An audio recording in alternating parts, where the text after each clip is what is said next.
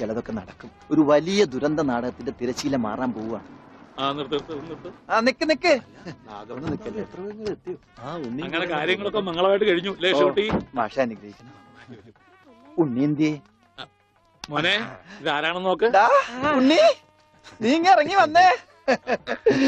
നീ എന്നെ ഓർക്കുന്നോ? പഴയ കിച്ചൻ കുട്ടി ആളാകെ മാറി. കയ്യേ തമാശ, ഇവന്റെ പഴയ തമാശ ഒന്നും കളഞ്ഞിട്ടില്ല. കൃഷ്ണൻകുട്ടി, നിങ്ങൾ താലി കെട്ടി കഴിഞ്ഞ് പോവല്ലേ? കാര്യങ്ങളൊക്കെ നടന്നോട്ടെ, ഞങ്ങൾ പുറകെ എത്താം. അത് പറ്റൂല. ഉണ്ണി ആദ്യമായിട്ട് ഈ നാട്ടിൽ കാലുകുത്തുന്ന എന്റെ കല്യാണത്തിനാ. എന്റെ ഭാര്യ പരിചയപ്പെടാം. വാ. അല്ല കൃഷ്ണൻകുട്ടി, ഞാൻ അല്ല ഉണ്ണി ഉണ്ടട്ടെ വരുന്നുള്ളൂ. നീ വാ, എന്റെ കൂടെ വാ. ഉണ്ണട്ടെ. ഇതെന്റെ ഭാര്യ. ആഗ്രഹിച്ച് മോഹിച്ചും കാത്തിരുന്ന് കെട്ടിയതാ. ഇതല്ല, ഇത് അമ്മ. മാറിയടാ. ഇതെന്റെ ഭാര്യ. ഇത് ഉണ്ണി, എന്റെ കുളിക്കാട്ടുകാരന, കളിക്കൂട്ടുകാരന. സിനിമയിലാണ് ജോലി. സിനിമയിലാ. ക്യാമറമാനാണ്. എന്നെ സിനിമയിലേക്ക് എടുക്കാനുള്ള പരിപാടിയാ. ഒക്കെ എന്റെ ഭാര്യയുടെ ഭാഗ്യം പോലെ.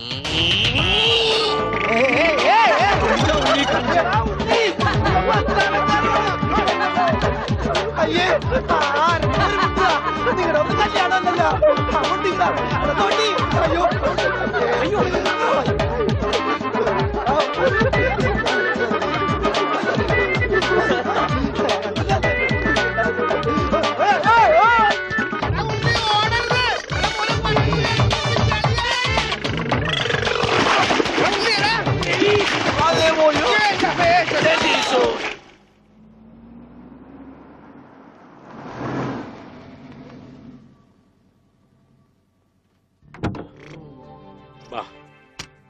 നമ്മളിൽ ആരാച്ചാ ഞാൻ? അത് കുളിച്ചതിന് ശേഷം കണ്ടുപിടിക്കാം ഉണ്ണി.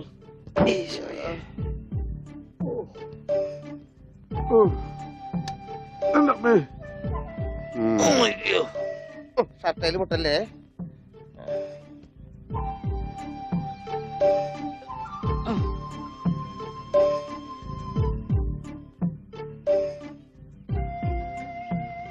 ഉണ്ണി, ഓർമ്മയുണ്ടോന്ന് നോക്ക്. ഇതാ നമ്മുടെ വീട്. ഇത് പൊളിക്കാൻ കുറെ സമയം എടുക്കും. എന്റെ ഈശോയെ.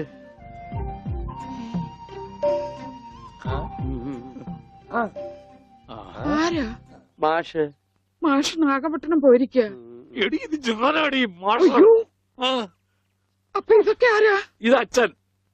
ഇത് ഭാസ്കരൻ, ഗുണ്ട ഭാസ്കരൻ. ഓ, എനിക്കങ്ങനെയൊന്നുമില്ല. അപ്പൊ ഇതാരാ? ഇതാണ് നിന്റെ മോൻ ഉണ്ണികൃഷ്ണൻ.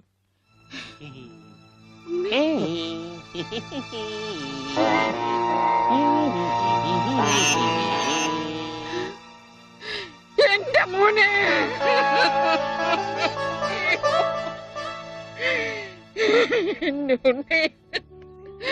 മോനെ, മോനെ, ഇതാ നിന്റെ അമ്മ. അമ്മ. അയ്യോ, അയ്യോ, എന്താ ഇത്?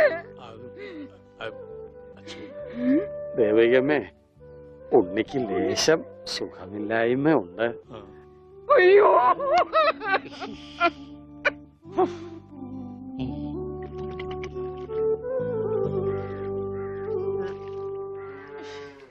മതി. അയ്യേ, എന്താ ഉണ്ണിയത്?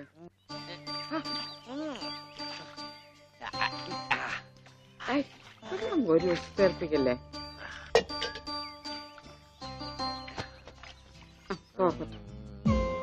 ഒന്ന് അടങ്ങിയിരിക്കേ.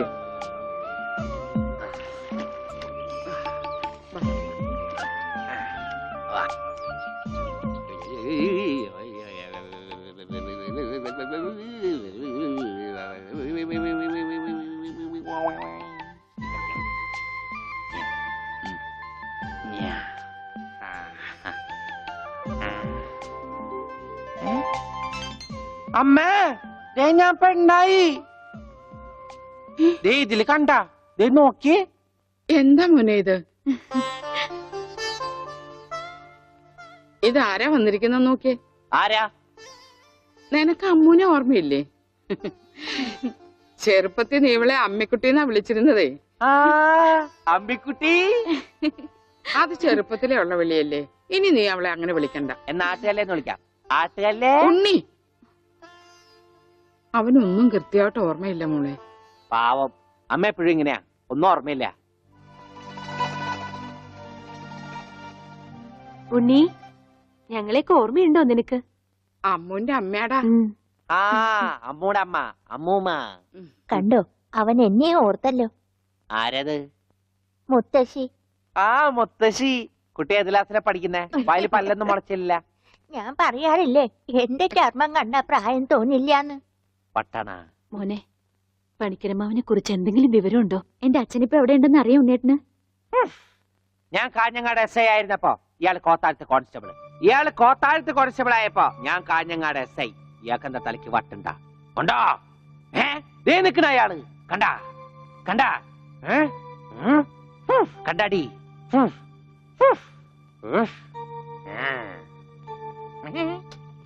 കുറച്ച് കഴിഞ്ഞപ്പോഴല്ലേ കാര്യം പിടികിട്ടിയത്.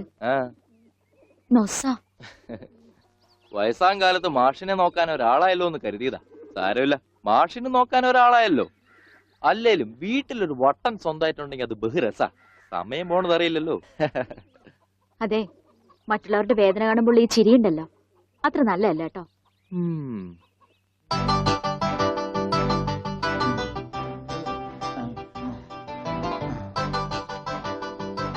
എങ്ങനെയുണ്ടാ ഞാൻ പാന്റ് എടുത്തിട്ട്? ഓ കൊള്ളാശാനെ. ഈ ബുദ്ധി കല്യാണത്തിന് തോന്നില്ലല്ലോ ഭഗവാനെ. അന്ന് പാന്റ് ഇട്ടിരുന്നെങ്കിൽ ഫസ്റ്റ് നൈറ്റ് മുമ്പ് സസ്പെൻസ് പൊളിവില്ലായിരുന്നു. ഓ, ഫസ്റ്റ് നൈറ്റിന് എന്ത് പറ്റി? അത് ഞാനൊരു ഇരട്ട വരയിട്ട ബുക്കിൽ എഴുതി തരാം. സൗകര്യം പോലെ ഇരുന്ന് വായിച്ചോ. തുന്നടാ, സസ്പെൻസ് അറിയാൻ നടക്കും.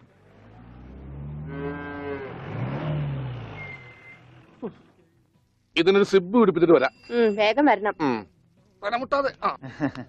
കൃഷ്ണൻകുട്ടിയെ, ആ, ഇതിന്റെ കൈ ഒന്ന് തുന്നിയ വേഗം. എന്തു പറ്റി? അതിർത്തി തർക്കം. ആ.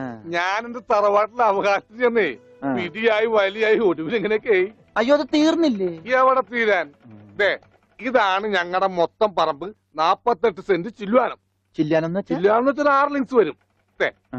ഇതാണ് കിഴക്കേ അതിരി. നമ്മുടെ ബാലഞ്ചന്റെ വീടിന്റെ. അതെ. ആ, അതിലേ ഒരു 20 സെന്റ് സ്ഥലം. ആ. ഇങ്ങനെ ഇങ്ങനെ ഇങ്ങനെ ഇങ്ങനെ അമ്മനെ പറ്റി ചേട്ടന്മാരെ എഴുതി വാങ്ങിച്ചു. വില്ലന്മാരെ. ആ, പിന്നെ ഈ കാണുന്ന 16 സെന്റ് സ്ഥലം അച്ഛന്റെ 16 നടത്താൻ വിറ്റ് തുളച്ചി. പിന്നെ ഈ 18 സെന്റ് സ്ഥലം മൂത്ത പെങ്ങളുടെ കല്യാണത്തിന് അമ്മയെ മുറിച്ചു വെച്ചു. അത് പെങ്ങളുടെ കല്യാണത്തിനല്ലേടോ? അവിടെ എഴുതേ, അത് കേസിൽ കിടന്ന പറമ്പാണ്. അതെ, ആ. ഇനി ഞാനും 2 പെങ്ങന്മാരുണ്ടേ. പെങ്ങന്മാർ ഇനിയുണ്ടോ? തന്റെ പെങ്ങന്മാരെന്താണ് പറമ്പ് നിറഞ്ഞു നിൽക്കണ?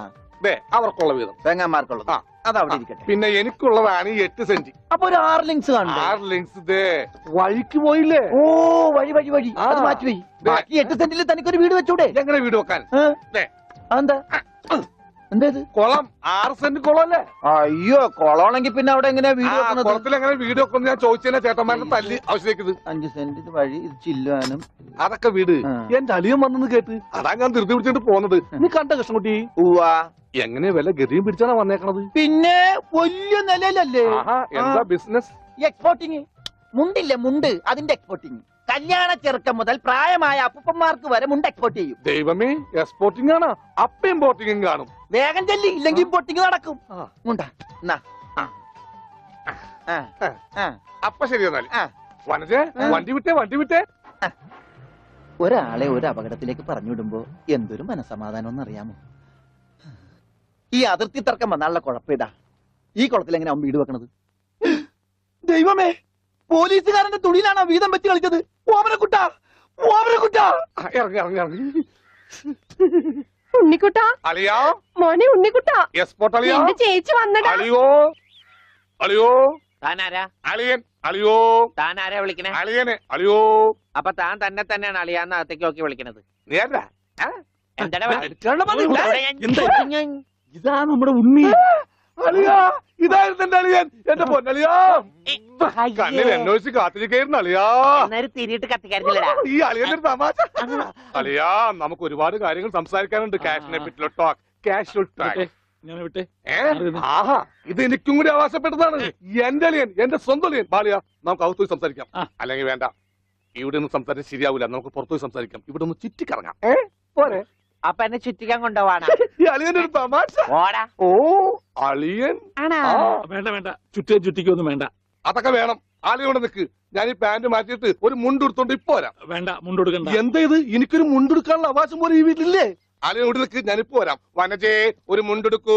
ഓവൻകുട്ടാ വേണ്ട, ഇവിടുത്തെ സാഹചര്യം നിനക്ക് അറിയാൻ വയ്യാത്തോട്ടാ. ആ അച്ഛാ, ആ. ആരാപ്പ പോയ കരിമ്പൂതം? അത് നിന്റെ ചേച്ചിയുടെ ഭർത്താവാ വനജയുടെ. ആണാ? ആരായി വനജ? എന്നാലും എന്റെ മോനെ നീ മഞ്ചേച്ചിയുടെ പേര് പോലും മറന്നു പോയല്ലോടാ. നീ വല്ലാതെ ക്ഷീണിച്ചു പോയി. അത് നീ തടിച്ചതുകൊണ്ട് തോന്നണതാ. ഇവിടുത്തെ അമ്മയുടെ ഭക്ഷണം ഒന്നും നിനക്ക് പിടിക്കണ്ടാവില്ല. അതുകൊണ്ട് വഞ്ചേച്ചിയുടെ അടുത്തേക്ക് പോന്നോളൂ. പിന്നെ നിന്റെ മുണ്ട് എക്സ്പോർട്ടിന്റെ ബിസിനസിന് ഇവിടത്തെക്കാളും നല്ലത് അവിടെയാ. അതുകൊണ്ട് മോനങ്ങോട്ട് പോന്നോളൂ. അലിയ, ഞാൻ റെഡി, നമുക്ക് പോവാം. ഓവൻകുട്ടാ നീ ഇത് എന്ത് ഭാവിച്ചാ? ഞങ്ങൾ അലിയനും ഒന്ന് കറങ്ങാൻ പോകുന്നു. തൽക്കാലം മാത്രം മനസ്സിലാക്കാൻ മതി. അലിയ, നമുക്ക് ഇറങ്ങാം. കറങ്ങ പിടിക്ക്. ഈ കറങ്ങലല്ല, നമുക്ക് അവിടെയൊക്കെ പോയി ചുറ്റിക്കറങ്ങണ്ടേ? കള്ളൻ. പോടാ. ഡോണ്ടു. ഓവൻകുട്ടാ വേണ്ട, ഞാൻ പറയുന്നു. പോയിക്കോട്ടെച്ചാ. എന്നാ പോകട്ടെ. ബിസിനസ്സിൽ നമ്മൾ ഓരോ അടിയും സൂക്ഷിച്ചു വെക്കണം. അയ്യോ, അരണത് ആരുമില്ല. ആരുല്ലേ? സ്വന്തം തന്ത വരെ പിന്നിന്ന് കുത്തു. അയ്യോ, ഞാൻ പന്നി. ആരാ? പെങ്ങളൊക്കെ സ്ത്രീ തന്നെ തുക തരുമോ അളിയ? വേണ്ട. വാളിയ. നോക്കച്ചാ, എന്തൊരു ചേർച്ച. ഒരമ്മ പെറ്റ ആളിയന്മാരാണെന്നേ പറയൂ.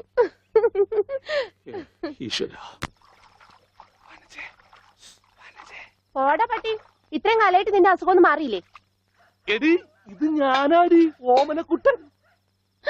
അയ്യോ, നിങ്ങളായിരുന്നോ? നീ ഒന്നിങ്ങോട്ട് വന്നേ, വരുമ്പോ ഒരു മുണ്ടും എടുത്തോ. ഈ മനുഷ്യന്റെ ഒരു കാര്യം.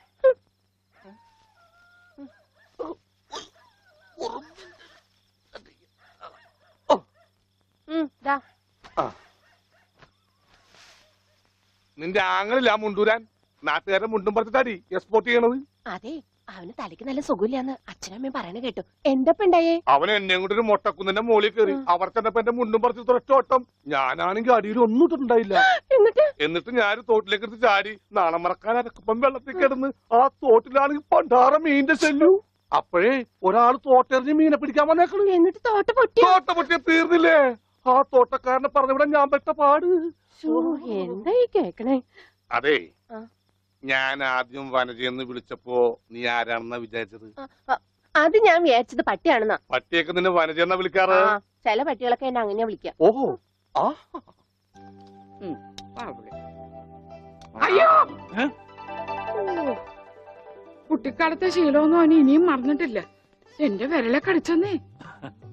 കുറുമ്പ്, എന്തൊരു കുറുമ്പാ ഇത്? കുറുമ്പൊന്നുമല്ല, എനിക്ക് ഇഷ്ടമല്ലാത്തതാണെങ്കിൽ ഞാൻ കടിക്കും.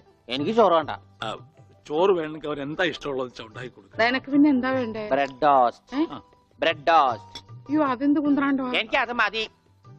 അതമ്മ നാളെ ഉണ്ടാക്കി തരാം മക്കളെ. ഇപ്പൊ ഈ ചോറ് എനിക്കിതൊന്നും വേണ്ട. ഇപ്പൊ ഇത്തിരി ചോറുണ്ട്. എനിക്ക് ബ്രെഡ് നാളെ ടോസ്റ്റ് ഉണ്ടാക്കി തരാം നമ്മ പറഞ്ഞല്ലോ. Bread toast. നാളെ ഉണ്ടാക്കി. എനിക്ക് ചോറ് വേണ്ട.